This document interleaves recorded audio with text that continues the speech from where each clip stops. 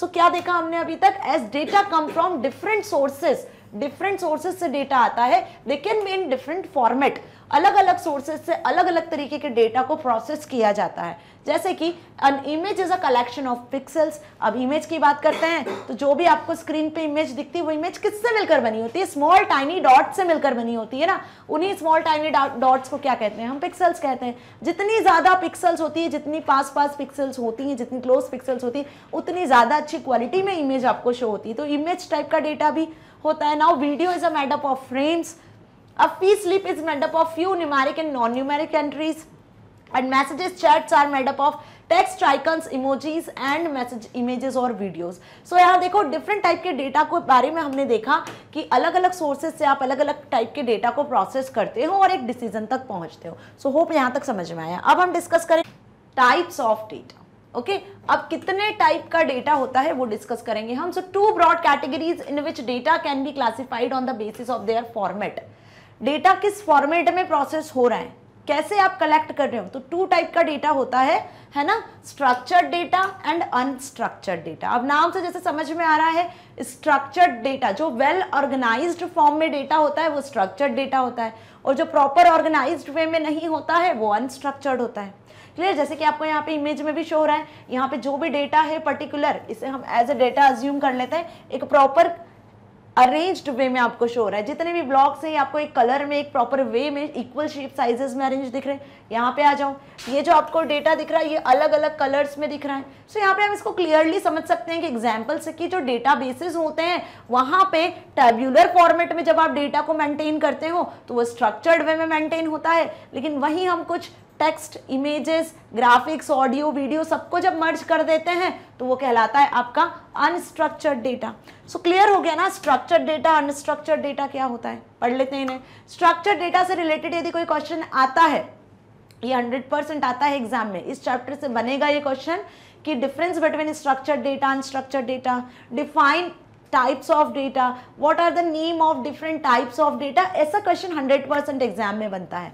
सो अच्छे से समझ लेना, अच्छे से रिवाइज कर लेना इस टॉपिक को। स्ट्रक्चर्ड डेटा क्या हुआ, data which is an organised and can be recorded in a well defined format, well defined format, organised, जब ये वर्ड यूज हो रहे हैं तो वो स्ट्रक्चर्ड डेटा की कैटेगरी में आते हैं, इज कॉल्ड स्ट्रक्चर्ड डेटा। जब डेटा एक वेल डिफाइंड फॉर्मेट में गैदर किया जाता है, उसको वेल डिफाइंड तरीके से ऑर्गेनाइज किया जाता है, तो उस तरीके के डेटा को स्ट्रक्चर्ड डेटा कहते हैं। For example, they usually stored in computer in tabular format. So well defined format क्या हो गया आपका, यहाँ पे वो फॉर्मेट हो गया आपका टेबल्स का फॉर्मेट। जैसे आपको अपने क्लास के स्टूडेंट की पूरी एक टेबल बनानी है, पूरे सारे स्टूडेंट जो है उनका क्या नाम है, क्या फादर्स नेम है, मदर्स नेम, उनकी पूरी पर्सनल डिटेल को रिकॉर्ड करना है। तो कैसे रिकॉर्ड करोगे आप, टेबल बनाओगे, serial number, roll number, name, फिर further contact number, father's name, mother's name, fees, further सारी डिटेल, एड्रेस वगैरह, राइट। सो इस तरीके से जब हर एक स्टूडेंट का आप डेटा मेंटेन करोगे तो ये एक वेल डिफाइंड और एक स्ट्रक्चर्ड फॉर्मेट होगा। किसी का भी डेटा यहाँ से यदि आपको निकालना है, सपोज मैंने बोला कि जैसे स्टूडेंट का रोल नंबर 100 है, उसकी डिटेल शो करो, तो अब आप टेबल से जब इस तरीके से अरेंज होगा तो 100 वाला रोल नंबर देखकर आप आसानी से उसका पूरा डेटा बता सकते हो। मैंने ये बोला आपकी क्लास में कितने स्टूडेंट है, तो इस टेबल से आप देखकर इजीली बता सकते हो कि टोटल नंबर ऑफ कितने स्टूडेंट है ना, कितने स्टूडेंट ए नाम से है, तो आप वो भी यहाँ पे इजीली बता सकते हो। सो देखो, जब टैब्यूलर फॉर्मेट में है ना, टैब्यूलर फॉर्मेट में एक स्ट्रक्चर्ड फॉर्मेट में डेटा होता है, तो वहां से डेटा को फेच करने में ना तो प्रॉब्लम जाती है, ना आप कुछ डेटा जब वहां से एक्सेस करना चाहते हो उसमें भी कोई प्रॉब्लम नहीं जाती है ना। कुल मिलाकर यहाँ से डेटा को एनालाइज करने में भी बिल्कुल प्रॉब्लम नहीं होती, क्योंकि एक वेल स्ट्रक्चर्ड वे में होता है। सो टैब्यूलर डेटा किस में डिवाइड होता है आपका, रो एंड कॉलम में डिवाइड होता है। किस में डिवाइड होता है, रो एंड कॉलम में। रो को क्या बोलते हैं यहाँ पर, हम रो को हम बोलते हैं टपल, क्या कहते हैं, टपल। और कॉलम को क्या कहते हैं, कॉलम को हम यहाँ पर एट्रीब्यूट्स के नाम से भी जानते हैं। अब डीबीएमएस वाला चैप्टर सभी ने पढ़ा है ना, डीबीएमएस में डेटाबेस मैनेजमेंट सिस्टम में क्या क्रिएट करते हैं, हम टेबल्स ही क्रिएट करते हैं ना, इसी तरीके का टेबुलर डेटा ही क्रिएट करते हैं। सो वहां पे मैंने इन्हें डिटेल में समझाया है। तो डीबीएमएस जो सॉफ्टवेयर है is an example of unstructured data, ठीक है। जो डीबीएमएस है वो किसका एग्जांपल है, स्ट्रक्चर्ड डेटा का ही एग्जांपल है। वो सॉफ्टवेयर के अंदर आप स्ट्रक्चर्ड डेटा को ही क्रिएट करते हो। So this is usually stored in computer in tabular format, rows and columns format, where each column represents different data for a particular parameter called attribute, characteristic, variable, and each row represent data of an observation of different attribute. तो column जो होता है उस column में जो नाम लिखा होता है, जो कॉलम की हेडिंग होती है, उससे रिलेटेड ही आप डेटा पर्टिकुलरली उसमें मैनेज करते हो, लिखते हो, ठीक है। सो एट्रीब्यूट क्या हो गया, कैरेक्टरिस्टिक्स की तरह यूज किया जाता है, प्रॉपर्टी की तरह यूज किया जाता है। जो हेडिंग होती है वो टेबल की, जिसमें आप पर्टिकुलरली डेटा को एंटर करते हो। फाइन, सो अच्छे से समझ में आ गया स्ट्रक्चर्ड डेटा। एग्जाम्पल देख लो, जो अभी बताया वही है। Following table shows the structured data related to an inventory of kitchen items maintained by a shop. अब एक शॉपकीपर है, ठीक है, ग्रोसरीज की शॉप है। सो जो भी किचन के आइटम है उसकी इन्वेंट्री कैसे मैनेज करता है वो। So structured data about kitchen item in a shop like this, model number ABC1, ABC2, ABC3, okay. जो भी किचन के आइटम्स हैं उनके मॉडल नंबर लिखे हुए हैं।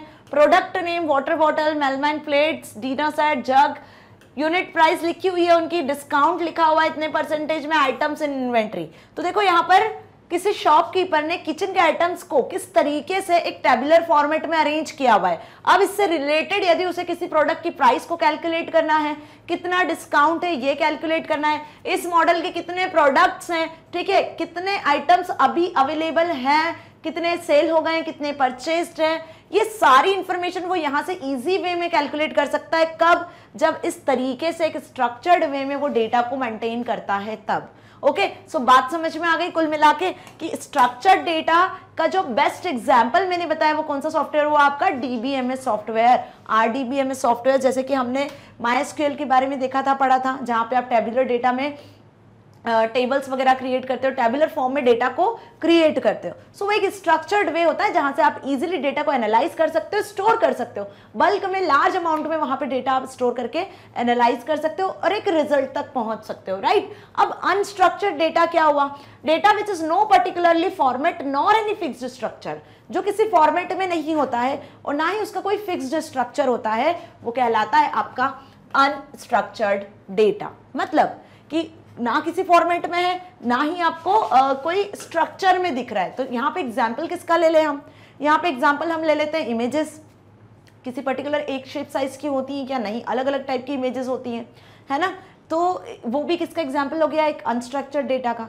सपोज आप कुछ पोस्ट करते हो, कभी इमेज पोस्ट करते हो, कभी टेक्सचुअल डेटा पोस्ट करते हो, कभी आप ऑडियो वीडियो, है ना। तो हम डिफरेंट टाइप के डेटा को देखते हैं, ठीक है, आप पोस्ट करते हैं इस तरीके के डेटा को, तो वो क्या होता है, अनस्ट्रक्चर्ड होता है। इसका सबसे बेस्ट एग्जाम्पल न्यूज़पेपर। न्यूज़पेपर आप जब भी पढ़ते हो तो आपको हमेशा एक जैसा न्यूज़पेपर दिखता है कि उसमें जो न्यूज़ होती है, जो आर्टिकल्स लिखे होते हैं, कभी स्मॉल इन साइज होते हैं, कभी 3 इमेजेस आती है, कभी बहुत सारे, हर एक पेज पे आपको इमेजेस दिखती हैं, ठीक है। तो न्यूज़पेपर में जो फिक्स्ड जो इन्फॉर्मेशन होती है वो कभी भी फिक्स्ड नहीं होती है, ठीक है। इमेजेस या एडवर्टीजमेंट कितने आना है, हाँ, ये जरूर फिक्स्ड होता है कि इस पेज पर ये इन्फॉर्मेशन मिलेगी, लेकिन वो आर्टिकल कितना बड़ा साइज का होगा, क्या होगा, वो सारी चीजें फिक्स्ड नहीं होती है ना। So a newspaper contain various types of news. Newspaper में डिफरेंट टाइप की न्यूज होती है, आइटम्स होते हैं, which are also called data, but there is no fixed pattern that a newspaper follows in placing news articles। जैसे table में tabular structure fixed था कि रो और कॉलम में ही डेटा एंटर होगा, बट यहाँ न्यूज़पेपर में ऐसा कोई भी फिक्स्ड पैटर्न नहीं होता है। One day there might be there 3 images on different sizes on a page along with 5 news items and 1 more advertisement। So while on another day there might be 1 big image and 3 textual news items। ऐसा होता है generally, देखा है ना हमने। कभी कभी तो एक सिंगल पेज पर जहाँ पे बहुत सारी न्यूज़ थी, एक आधी इमेज थी, पूरे होल पेज पे एक बड़ी सी एडवर्टीजमेंट की इमेज मिल जाती है, राइट। तो जब इस तरीके का पैटर्न होता है जहाँ पे कुछ भी स्ट्रक्चर्ड नहीं होता है, कुछ फिक्स्ड नहीं होता है, कोई पैटर्न रेगुलरली फॉलो नहीं किया जाता है, उस तरीके के डेटा को हम कहते हैं क्या, unstructured. So there is no particular format nor any fixed structure in the printing news for printing news। okay, so another example यदि हम इसका ले, so another example is the content of an email। अब देखो email भी आपका unstructured में ही आता है, कैसे, there is no fixed structure। why?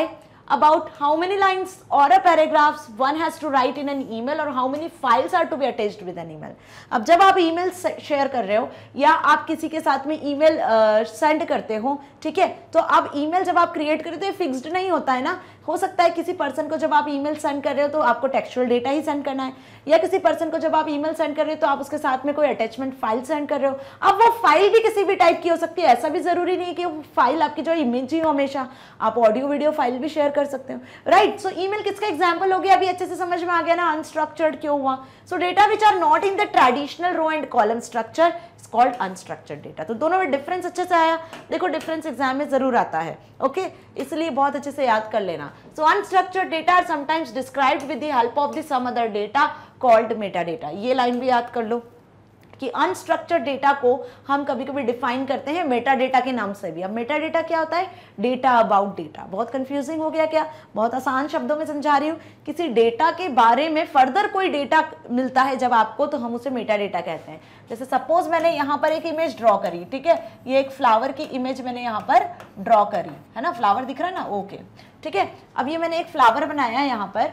अब ये जो फ्लावर का एक इमेज है, सपोज कंप्यूटर में मैंने पेंटिंग सॉफ्टवेयर के थ्रू कोई अच्छी सी एक इमेज क्रिएट करी, तो हर एक इमेज की अपनी कुछ इंफॉर्मेशन होती है. क्या इंफॉर्मेशन हो गई, इमेज का कितना साइज है, किस टाइप का इमेज है, तो इमेज का साइज, उसका टाइप, इस पर्टिकुलर इमेज का क्या हो गया, डेटा हो गया ना. तो इसी को क्या कहेंगे हम, मेटा डेटा. मेटा डेटा क्या होता है, डेटा अबाउट डेटा.